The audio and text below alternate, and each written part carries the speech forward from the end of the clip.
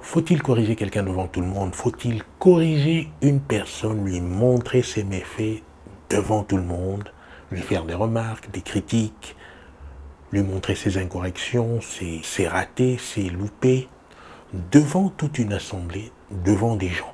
Bonjour, je suis Jean-Serge Moulumba, votre hôte de ce podcast dédié à vos relations plus épanouies. Si vous n'êtes pas encore abonné à la chaîne, tâchez de le faire dès à présent. Tâchez également de liker, de partager le contenu autour de vous, car cela m'aide semaine après semaine à construire plus de valeur pour vous. Tu as certainement ce souvenir quand tu étais jeune enfant et que tu te retrouvais au milieu de tes compères et que là, ton père ou ta mère te disait devant tout le monde, mais tu dois arrêter de te comporter comme ça, tu es grand maintenant, tu es une grande fille, tu es un grand garçon, tu dois montrer l'exemple, ce n'est pas normal que tu fasses ça. Et peut-être au fond de toi encore, même dans ce souvenir un peu lointain, il y a ce souvenir du malaise que tu avais ressenti, de la gêne que tu avais éprouvée à recevoir des remarques comme ça en pleine assemblée devant tes amis. Aujourd'hui, nous sommes des grandes personnes, nous sommes des adultes, nous sommes des personnes en situation de comprendre des choses. Et la question demeure, est-ce qu'il faut faire des corrections?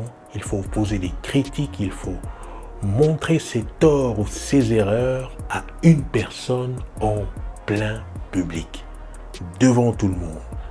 Alors ça peut être devant des employés, ça peut être devant des membres de la famille, ça peut être devant des amis, ça peut être devant des collaborateurs, ça peut être devant des personnes plus ou moins familières. Mais est-ce pour autant une raison pour faire ces remarques-là, ces critiques-là, souligner ces points-là devant tout le monde? Et j'ai le souvenir d'un couple qui voyait ces choses-là à l'extrême. Je me souviens qu'à chaque fois qu'ils se retrouvaient devant des amis, ils prenaient ce plaisir à s'opposer l'un et l'autre par rapport à leur méconduite. Non, mais tu perds toujours tes clés, à chaque fois c'est moi qui dois te les retrouver parce que tu n'es pas capable de prendre les clés, de les mettre dans un endroit précis et de savoir où elles sont. À chaque fois il faut que tu aies recours à moi. Oui, et toi c'est toujours la même chose, à chaque fois tu me fais cette remarque-là, mais tu ne vois pas tout ce que tu n'arrives pas à faire et qui nécessite ma présence, sans quoi tu n'aurais pas pu avoir tout ce que tu as aujourd'hui. Je te rappelle que c'est quand même moi qui t'ai aidé à avoir tout ça, et voilà, et aujourd'hui à chaque fois tu me sors la même rengaine. Tu arrives à un dîner avec des amis et malheureusement tu as 5 minutes de retard, et voilà que tu es prise à partie. Oh là là, mais tu arrives encore en retard. C'est toujours la même chose à chaque fois. Toi, tu dois arriver en retard. Qu'est-ce que tu vas nous raconter encore? Oui, c'est ça, il y avait des embouteillages, on l'a déjà entendu. Oui, tu as eu des problèmes de parking. C'est bien, c'est bon, on a déjà entendu ça. Qu'est-ce que tu vas nous raconter encore? Alors, l'Assemblée le prend peut-être sur un ton de plaisanterie pour faire monter l'atmosphère, pour détendre l'atmosphère entre guillemets, mais toujours est-il que c'est une critique publique envers toi, en pleine assemblée, qui te colle une sorte d'étiquette. Ou encore la dernière fois, alors que j'étais à l'entraînement, il y a ce jeune qui se met complètement en rogne parce qu'il n'arrive pas à exécuter les mouvements comme il souhaite les faire, et il sort des tatamis et va carrément dans les vestiaires. Évidemment, il y a un gradé qui le reprend et qui le sermonne devant tout le monde parce que son comportement est assez ostentatoire. Il y a des questions à se poser avant d'émettre des reproches et des critiques. C'est se poser la question en toute objectivité, est-ce que cela apporte quelque chose en plus à la situation? Est-ce que ça apporte quelque chose en plus à la personne qui fait l'objet de ces critiques? Est-ce que ça apporte quelque chose en plus à la personne qui émet ces critiques? Dans une notion de feedback et de feed forward, dans le sens où si ça apporte quelque chose de positif, ça ne peut être que bénéfique à la personne, ça ne peut être que bénéfique à la situation et ça ne peut être que bénéfique à tout le monde. Mais dans le cas contraire, là on peut se poser la question de l'utilité d'une telle chose. À côté de cela, il y a la notion de face, c'est-à-dire que nous avons des émotions et nous avons une image interne personnelle qui peut être plus ou moins fragile suivant les personnes. Donc, faire des remarques en pleine assemblée peut porter un coup assez fort à la personne qui reçoit cette remarque au niveau de son estime personnelle. Et si la remarque est d'une quelconque utilité, pourquoi ne pas alors la lui faire en vis-à-vis, en aparté, quand il est tout à fait disponible à écouter. C'est vrai qu'il y a des personnes qui prennent un malin plaisir à vouloir démontrer qu'elles ont une connaissance en toute chose. Tu connais peut-être, toi, peut-être déjà rencontré ce type de personne qui, quoi que tu dises, va vouloir critiquer et rabaisser ton point de vue pour avoir automatiquement, nécessairement raison.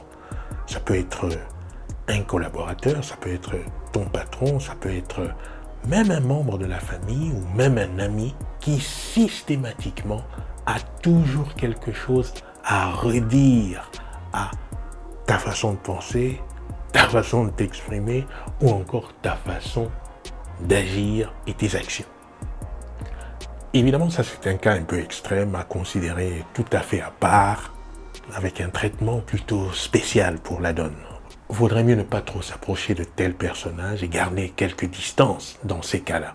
En même temps, la critique objective, la critique qui fait avancer, la critique qui emmène de la progression, du progrès, est quelque chose qui est souhaitable en termes de feedback, comme je le disais déjà tout à l'heure.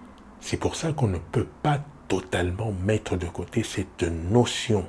Mais la question de le faire en public, elle mérite toute notre attention parce que là, évidemment, cet aspect de la face à protéger, la politesse, le respect, la considération, la valorisation, tout ceci ne peut pas être sous-estimé et renversé d'un revers de main simplement parce qu'il faut critiquer, poser un argument, poser une opinion. Non, parfois il vaut mieux attendre, il vaut mieux même entendre des choses qui ne correspondent pas tout à fait à la réalité, les laisser émerger et puis reprendre les personnes en question en vis-à-vis, en aparté pour faire passer le message.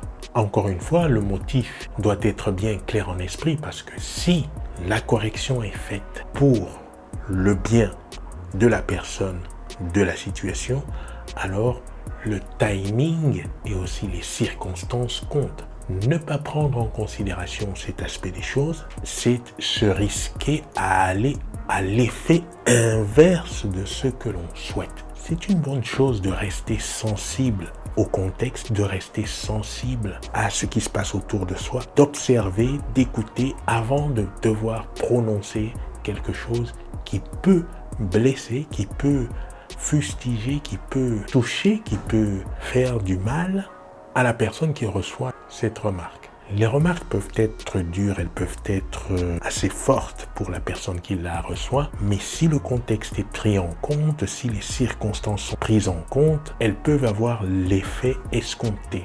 Si ces remarques proviennent notamment de personnes qui n'ont l'habitude que de faire des remarques désobligeantes et qui plus est en public, alors ça c'est une autre histoire et ce n'est pas forcément ce que l'on souhaite. Quand je dis cette critique, quand je fais ce reproche en public, quand je prononce ces mots, qu'est-ce que ça apporte à la situation?